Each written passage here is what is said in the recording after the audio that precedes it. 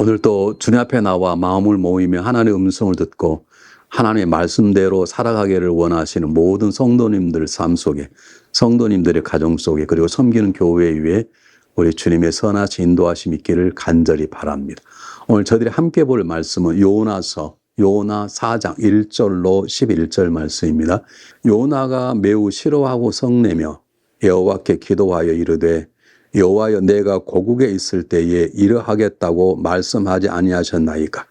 그러므로 내가 빨리 다스스로 도망하였사오니 주께서는 은혜로우시며 자비로우시며 노하기를 더디하시며 인애가 크시사 뜻을 돌이켜 재앙을 내리지 아니하시는 하나님이신 줄 내가 알았음이니이다. 여호와여, 원하건대 이제 내 생명을 거두가소서. 사는 것보다 죽는 것이 내게 나음이다 하니 여호와께서 이르시되 내가 성내는 것이 옳으냐 하시니라. 요나가 성읍에서 나가서 그 성읍 동쪽에 앉아서 거기서 자기를 위하여 초막을 짓고 그 성읍에 무슨 일이 일어나는가를 보려고 그 그늘 아래 앉았더라. 하나님 여호와께서 박농쿨을 예비하사 요나를 가리게 하셨으니 이는 그의 머리를 위하여 그늘이 지게 하며 그의 괴로움을 면하게 하라 하심이었더라. 요나가 박농쿨로 말미암아 크게 기뻐하더니 하나님이 벌레를 예배하사 이튿날 새벽에 그 박농쿨을 갈가 먹게 하시며 시드니라. 해가 뜰 때에 하나님이 뜨거운 동풍을 예비하셨고 해는 요나의 머리에 쪼임에 요나가 혼미하여 스스로 죽기를 구하여 이르되 사는 것보다 죽는 것이 내게 나으니라 하니라. 하나님이 요나에게 이르시되 내가 이 박농쿨로 말미암아 성내는 것이 어찌 옳으냐 하시니 그가 대답하되 내가 성내어 죽기까지 할지라도 옳으니이다 하니라. 여호와께서 이르시되 내가 수고도 아니하고 재배도 아니하였고 하룻밤이 났다가 하룻밤에 말라버린 이 박농쿨을 아꼈거늘 하물며 이 큰 성읍 니느웨에는 좌우를 분별하지 못하는 자가 12만여 명이요 가축도 많이 있나니 내가 어찌 아끼지 아니하겠느냐 하시니라. 아멘. 오늘 본문의 말씀은 사실 누구나 다 잘 아는 말씀입니다. 심지어는 어린 아이들도 주일학교 때 요나에 대한 얘기는 너무 많이 선포되고 들어왔기 때문에 잘 아는 얘기입니다. 그런데 사실 잘 알면서도 우리 삶 속에 가장 잘 적용이 안 되는 부분이 오늘 주시는 말씀입니다. 그러므로 주시는 말씀을 한번 잘 우리가 묵상하고 되새밀해보고 그리고 삶으로 살아내고 점검해 봤으면 좋겠습니다. 너무나 잘 아는 얘기입니다. 하나님께서 요나를 통해서, 요나는 그냥 요나가 아닙니다. 나름대로 선지자입니다. 하나님이 크게 쓰시는 하나님의 종인데 니느웨에 가서 회개하도록, 그래서 그들이 하나님의 은혜를 받도록 하라고 명령을 내리는데 요나가 거절합니다. 거절하는 이유는 간단합니다. 선민 사상에 묶여서 그 하나님의 은혜는 이스라엘만 받는 것이지 그들의 원수 같은 니느웨, 아수르 사람들이 봐서는 안 된다는 잘못된 편견이었습니다. 하나님이 그를 고래 뱃속에 집어넣었다가 끄집어내서 결국 그 놀라운 하나님의 은혜를 선포하게 하고 그들이 회개하고 돌이키는 모습을 보게 하죠. 그것 때문에 요나가 배가 되게 아픈 것입니다. 속이 상한 것입니다. 하나님이 하신 거라 하면 그냥 그런가 보다 하면 좋은데 요나는 끝까지 하나님께 대듭니다. 차라리 죽고 싶다는 것입니다. 하나님 박농쿨로 그들의 교훈을 해도 요나는 항복하지 않습니다. 자, 이 본문의 말씀은 오늘 우리들에게 주시는 하나님의 강력한 메시지입니다. 우리 안에 하나님의 마음이 있는지 요나 같은 마음이 있는지 한번 헤아려 보았으면 좋겠습니다. 요나의 생각이 어떻게 보면 아주 잘못된 것은 아닙니다. 아수르하고 니느웨 성은 이스라엘 민족과 원수 같은 그 종속이기 때문에 그들은 멸망이 된다는 생각을 가질 수 있습니다. 그런데 하나님은 아니라는 것입니다. 하나님은 그들을 품어내는 것입니다. 여러분 이 본문에만 생각할 때 누가 생각납니까? 우리 십자가 달리신 예수님이 생각나는 것입니다. 우리 모두는 예수님과 하나님과 원수된 자입니다. 그런데 원수된 우리들을 위해서 예수님께서 십자가에 못 박혀 죽으시지 않았습니까? 오늘 하나님이 그 마음을 미리 보여주시는 것입니다. 원수 같은 니느웨 상임, 우리 같았으면 멸망받아야 되고 멸망도 고통 가운데 멸망받아야 되는 백성이지만 하나님도 그들에게 복음을 증거해서 살려내기를 바라는 것처럼 하나님 우리의 삶 속에도 그런 마음을 품어내며 살아가기를 바라는 것입니다. 다시 한번 우리 스스로 물어봤으면 좋겠습니다. 하나님의 은혜가 나에게만, 그리고 우리 가정에게만, 그리고 우리 교회에게만 충만했으면 되겠는가? 정말 나는 그렇게 살아가는 거 아니면 하나님 은혜가 나를 벗어나 다른 사람에게, 특별히 내가 그렇게 좋지 않게 생각하는 사람에게, 어떤 가정 위에 또는 어떤 나라 위에, 또 내가 그렇게 기뻐하지 않은 다른 교회 위에 하나님의 은혜가 주어지는 것을 난 혹시나 싫어하고 그걸 거부하고 있는 것은 아닌지 한번 우리가 오늘 성경 본문의 말씀을 생각해 봐야 됩니다. 그래서 누군가가 어떤 목사님께 본문을 설교할 때 문제인 것은 바로 요나입니다. 요지 인물은 납니다. 그렇게 해서 요나 이 본문을 얘기할 때가 있습니다. 제가 한 교회를 오래 섬기면서 여러 가지 어려운 문제 많이 있었습니다. 그 어려운 문제 중 가장 큰 문제는 제가 부족해서, 제가 잘 모르고 제 믿음이 부족해서 걸리는 많은 분들이 있었죠. 근데 그거 빼고 또 다른 어려움이 뭐냐면 바로 요나 같은 사람입니다. 제게 와서 목사님 저분은 장로감이 아닙니다. 목사님 저분은 권사감이 아닙니다. 저분은 지금 우리 교회 온 지 한 달 됐는데 다른 교회에서 많은 문제를 일으켰습니다. 목사님 조심하십시오. 이렇게 얘기하는 분들이 몇 분 계셨습니다. 근데 그분의 마음은 새롭게 오신 분들이 변화되는 걸 원치 않는 거예요. 안에 변할 수 없다고 이미 나름대로 결정을 해버린 거예요. 아직도 잊을 수 없는 분이 계십니다. 이전 교회에서 엄청나게 싸웠다는 것입니다. 싸울 때 의자를 집어 던졌다는 것입니다. 근데 그분이 우리 교회로 오게 되었습니다. 몇 분들이 제게 얘기했습니다. 목사님 그분 조심하십시오. 그분은 의자를 집어 던진 분이십니다. 그분의 성격 때문에 교회가 어려울 수 있습니다. 그런데 놀랍게도 그분은 하나님의 은혜로 저희 교회를 잘 섬겨주셨습니다. 정말 겸손하게 섬겨주셨습니다. 저는 아직도 그분을 잊을 수 없습니다. 우리에게 주어진 마음이라는 것은 내 생각, 내 판단이 아니라 하나님 주신 마음입니다.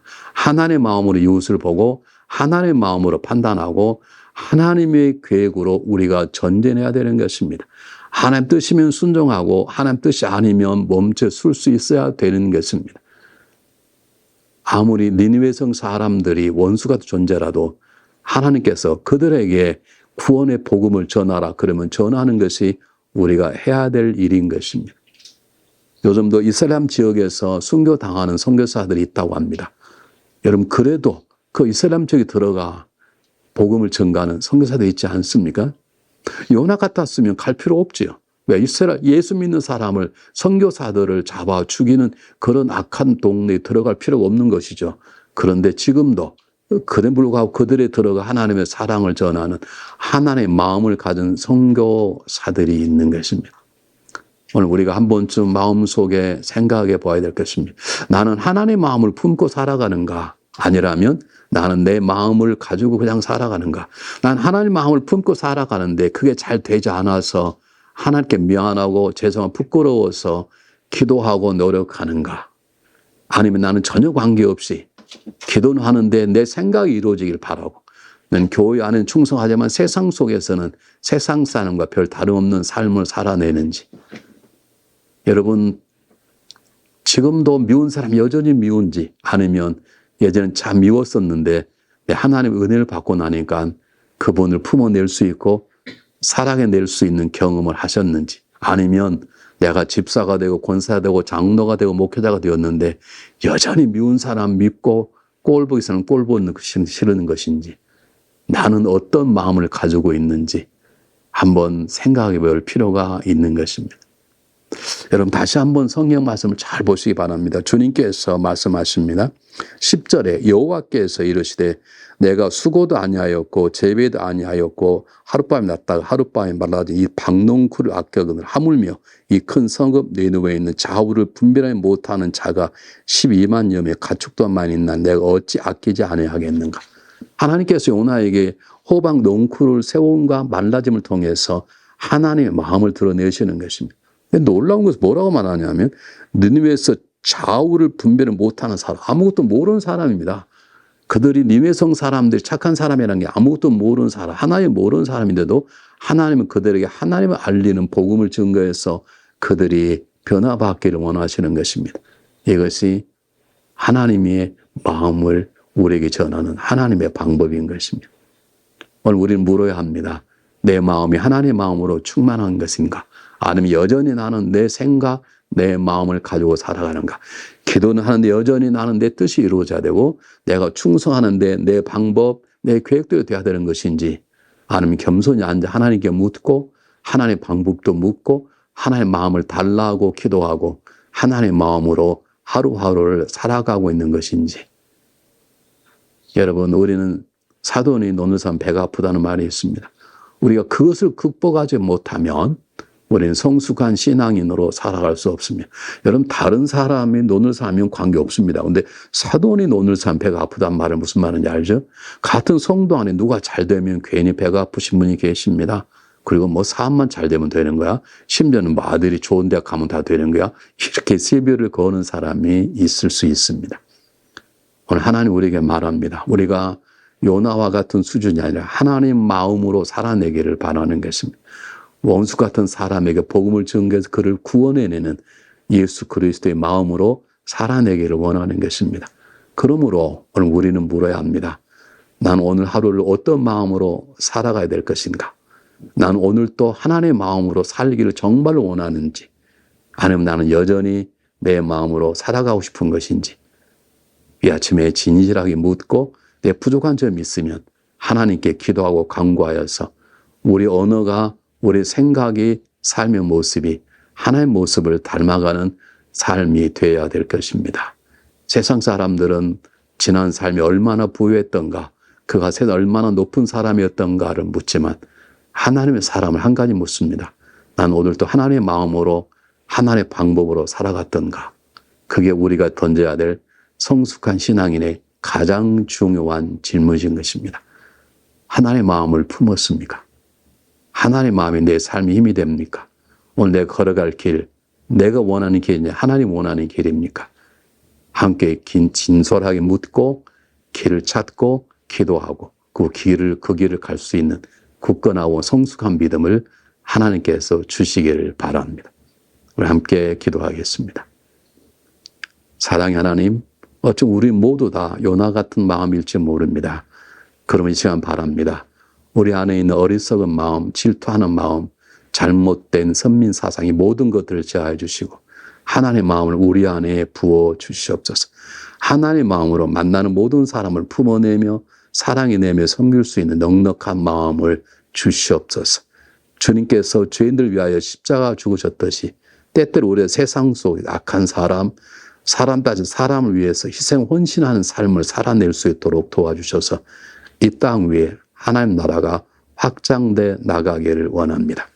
오늘 또 주님 만나는 모든 사람마다 그가 누구이든, 그가 신앙인이든 비신앙인이든 하나님의 마음으로 섬겨내고 하나님의 마음으로 잘 대하는 하루, 승리하는 하루가 될 수 있도록 도와주시옵소서.